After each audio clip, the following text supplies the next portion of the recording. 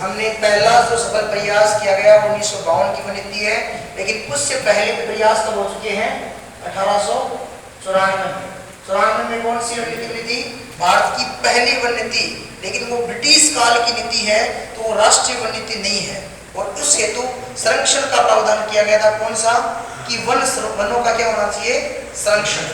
लेकिन ध्यान रखना 1927 में क्या बन गया है? वन संरक्षण अधिनियम बन गया है।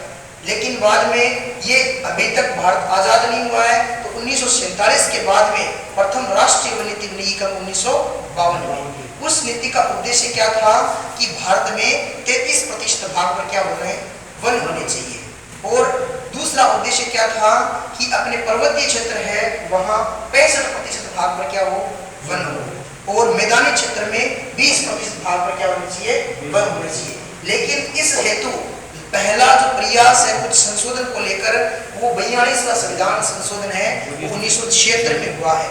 और इस संशोधन के माध्यम से अपने भारतीय संविधान में बहुत महत्वपूर्ण विषय जोड़े गए हैं, बहुत बड़ा परिवर्तन किया गया है। इसे क्या कह सकते हैं? लघु संविधान भी कह सकते हैं। लगभग आप मान सकते हो इसमें 7-8 फैक्ट ऐसे हैं जो एग्जाम्स में पूछे जाते हैं, जैसे कि लिखित परीक्षा को लेकर, लिखित आप मान सकते हो सिफारिश को लेकर था, या आपने इसके में आय में परिवर्तन को लेकर है, विशेष जुड़े गए हैं राज्य से सूची से, आप मान सकते हो समवर्ती सूची में इसका विषय शामिल किया गया है। तो इस प्रकार के परिवर्तन है।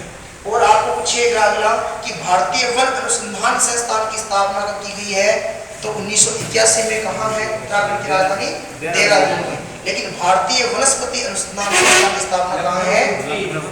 लखनऊ में है, उत्तर प्रदेश की राजधानी लखनऊ। लेकिन ये किसकी सिफारिश पर बने हैं? भारतीय वन संरक्षण अधिनियम 1980 में जो वर्णन दिया गया था उसके आधार पर ये तय किया गया है। आज के लिए इतना है।